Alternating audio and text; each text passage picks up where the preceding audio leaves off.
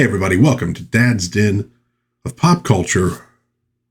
We begin with a murder or the discovery of a victim. We cut to Captain Amos Burke entertaining a beautiful woman. I'm telling you, mid-century modern fashion design just did something for feminine pulchritude. Just as things are about to get serious, the call comes in. Burke answers, chats with one of his men, apologizes to the woman, who's either angry, maybe frustrated, maybe just resigned to never having a normal date with this man. And then he and his loyal chauffeur and valet, Henry, speed off in his 1962 Rolls-Royce Silver Cloud II. The credits roll. Very stylish, very cool. And we are watching Burke's Law. Or as they would say in the opening, it's Burke's Law. Yeah, it would be a woman doing that, not me. It would sound a lot better. Cool was the name of the game. In this whole period, think of Peter Gunn, a different kind of a cool, but very cool nonetheless. The Man from U.N.C.L.E. Get Smart. Well, maybe not Get Smart. Shows like that. Burke's Law was a very, very cool show. Gene Barry stars as Captain Amos Burke. His credits include War of the Worlds from 1953, a movie that when I was a kid, you had to watch every time it showed up on TV, no matter what you were doing. The Atomic City in 1952, The Name of the Game, great TV show. And of course, Masterson, which ran from 58 to 61. And then a later revival of Burke's Law. In the 90s, Barry was a suave leading man with excellent screen presence. In this show, he has to handle light comedy, dialogue-heavy procedural material. I mean, it's lightly procedural, but still, it's procedural. Romantic scenes and sometimes very dramatic moments, and he does them all very well. Barry was coming off of his Masterson series when Burke's Law came along. He even performed some of the cane acrobatics in one episode as a nod to his former character. That wasn't done that much in the old days, so I think it shows there was a real sense of fun in this series, even though it covers, ostensibly very serious subject matter. Gary Conway plays Detective Tim Tilson. Conway is known for I Was a Teenage, Frankenstein, How to Make a Monster, and Land of the Giants, in which he played Captain Steve Burton. He's the new guy on the force, or at least the new detective on the force, college educated. He knows just about everything. The guy has just so much trivia in his head. It's amazing. Except he doesn't always know who done it. One particularly good episode had Tilson accused of murder and him being unable to just sit in his apartment and let the crime be solved by others every time he went out to follow up a lead or chase down a theory. He'd managed to be at the scene of a new crime. Shows the energy in this character. So we got Burke, who's the veteran detective and also a millionaire. And we got Tilson, the young guy, a lot of energy, brain just full of amazing facts. And then we have Regis Toomey playing Detective Sergeant Les Hart. Toomey's a veteran actor, over 200 films, including The Big Sleep, Spellbound, Meet John Doe, G-Men, and Guys and Dolls. Now, Sergeant Hart is the old-timer on the team, the veteran police detective with a wry, sarcastic sense of humor, just trying to stay alive long enough to collect a pension. He is bemused at his younger colleagues, but he respects them as well. Leon Lontoc plays Henry. Lontoc was a character actor with roles in The Naked Jungle, Operation Petticoat, The Ugly American, and many 1950s and 1960s TV shows. He was a fan favorite for Filipino audience members as they understood him when he was, complaining about his boss in his native tongue. Eileen O'Neill sort of rounds out the cast as Sergeant Gloria Ames, best known for Burke's Law, 30 episodes, but also appeared in Teenage Millionaire and various 1960s TV shows in guest spots. She's a policewoman. She's primarily back at headquarters, and frankly, we don't get enough of her in the series because she is very, very cool. The character of Amos Burke first appeared in a 1961 episode of The Dick Powell Show, Who Killed Julie Greer? The character was played by Dick Powell. The episode featured big-name cameos as suspects, including Ronald Reagan, who had not yet entered politics.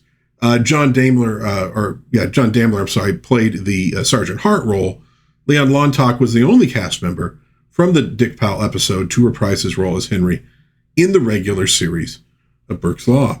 The series and character were conceived by Ernest Kilroy, Ivan Goff, and Frank D. Gilroy. Kilroy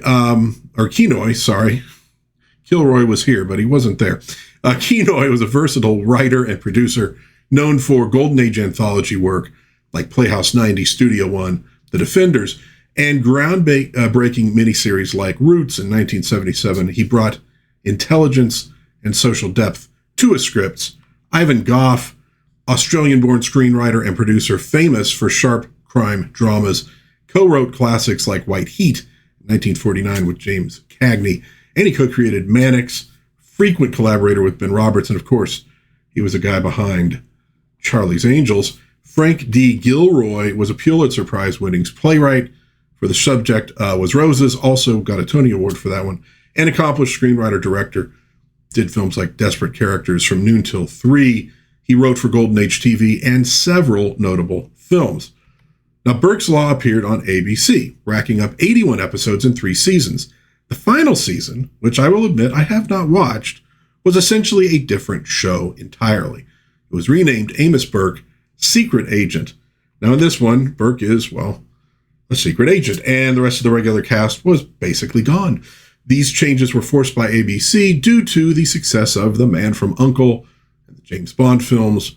Ratings plummeted, and thus TV executives once again showed why nobody should listen to TV executives. The episodes of Burke's Law feature interviews or interrogations with a star-studded cast of suspects and witnesses. Each one functions as a little set piece of snappy dialogue and sarcastic wordplay. That's Susie Parker, by the way, a very famous model in that shot.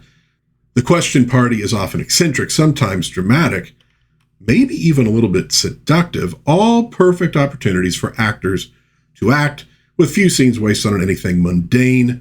By the way, that previous shot was Azu Pitts. I did a whole video review of her short subjects with Thelma Todd. You might want to go check that out. Now, the series is just absolutely packed with character actors and big names from the past. Standout repeat guests, for me at least, included Barbara Eden, notable especially for the episode Who Killed the Paper Dragon, set in Chinatown. It is a pre-I Dream of Jeannie with a bared navel that apparently would be impossible to show on TV just a couple years later. Of course, she also showed her navel earlier in the season as well, so I don't know when the navel rule came in, but by golly, it did come in. Oh, and Tura Satana has a small role in that Paper Dragon episode as well. Along with the genie, we got the witch Elizabeth Montgomery in a couple episodes, and of course would soon be on Bewitched. Fellow Bewitched alumni Paul Lynde is in a few episodes, sometimes playing different characters in back-to-back episodes. This is fairly common on the series. They weren't worried about any kind of weird continuity. They had actors they liked. They put them into roles they thought they would work in. Carolyn Jones is memorable in Who Killed Sweet Betsy, playing multiple weird sisters, including the victim, whose murder they're investigating in the episode. And Frances appeared in more than one episode, but most importantly, she appeared as Honey West in Who Killed the Jackpot, a backdoor pilot for Honey West show that appeared in season, or towards the end of season 1, or no, maybe season 1 or season 2. I did a review of Honey West a while back as well. Other great guest stars include Elsa Lanchester, Edward Everett Horton, June Allison, Zsa Zsa Gabor, and Ava Gabor, Gloria Graham, Yvonne DiCarlo, Broderick Crawford, Jean Crane. She's in a really good episode. Tab Hunter, Betty Hutton, Susie Parker, like I mentioned before, Virginia Mayo, Telly Savalas, William Shatner, Ed Wynn and Keenan Wynn, Eartha Kitt, Don Rickles, Soupy Sales, Phil Harris. The list goes on and on. It is a fantastic snapshot of the character actors of the period, real TV land stuff. With all of these guest stars, Burke's Law is kind of like the Love Boat of detective shows, and that makes sense since Aaron Spelling was the producer of both. The show has a few gimmicks, but I think they work. Millionaire police captain who has a chauffeur-driven 1962 Rolls-Royce Silver Cloud 2 with early car phone and a tape machine and all this other cool stuff. It adds glamour without derailing the mystery. Detective shows were so ubiquitous on TV back in those days that gimmicks like this helped a show stand out. There's also the habit of Amos Burke to make wise little pronouncements like, never drink martinis with beautiful suspects. And he always follows it up with Burke's Law. hence the name of the series. It has mild comedy balanced with serious, legitimate mysteries for the audience to try to solve. There is light action, a few fights, but this isn't Mike Hammer. The show is dialogue heavy, but the eccentricities and character work, I think, really help to keep it lively. You do see some clue finding as well, but clues are often introduced as being found off camera. This keeps the focus on the actors and the scenes between them. The victims in a Burke's Law episode are often a bit on the shady side, which opens the door to multiple potential suspects among the guest stars, makes it a good guessing game for the audience.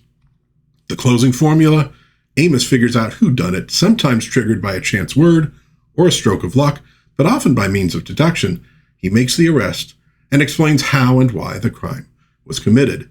Sometimes Amos ends up with a lady suspect that he took a shine to during the episode. Other times he returns to the woman he started with at the beginning of the episode. But either way, it's good to be Amos Burke. And that, folks, is Burke's Law. It's a really fun series. I discovered it a couple years ago. There were some episodes that were actually in pretty good shape on YouTube at one point. I went ahead and bought the first season on DVD. It can be a little bit difficult to find at a good price, but I just discovered that I really, really enjoyed it, mostly for the eccentric characters. Reminds me a little bit of the Emma Peel era of Avengers that had sort of these weird characters that they would have to interview to try to solve some kind of a mystery, on Avengers or to foil a plot. On that show here, it's always to solve a mystery. Good work by the regular character actors on the show. Good work by Gene Barry, who really holds it all together. Very charismatic. Fun detective show you might want to check out if you've never seen it. It's not as well known now as it was back then. It did fairly well in its time slot, but it was up against some tough competition, which is why I got that shift in the third season. So you might want to check it out. Let me know in the comments what you think of Burke's Law, if you're familiar with this series, or if you have any questions. I'd be happy to try to answer them for you. If you enjoyed this review, please give it a like. Maybe subscribe to the channel. Maybe share with a friend. I do all sorts of reviews, TV, movie, comic books, regular books, games, etc., toys. I just cover a range of pop culture that I find interesting, try to share things that I think are cool with folks out there. Well, that'll do it for this one. I always end with God bless everybody. Please be kind to one another. Have a little bit of fun out there. Watch a little Burke's Law. And I will see you again, hopefully soon, in Dad's Den of Pop Culture. Bye-bye.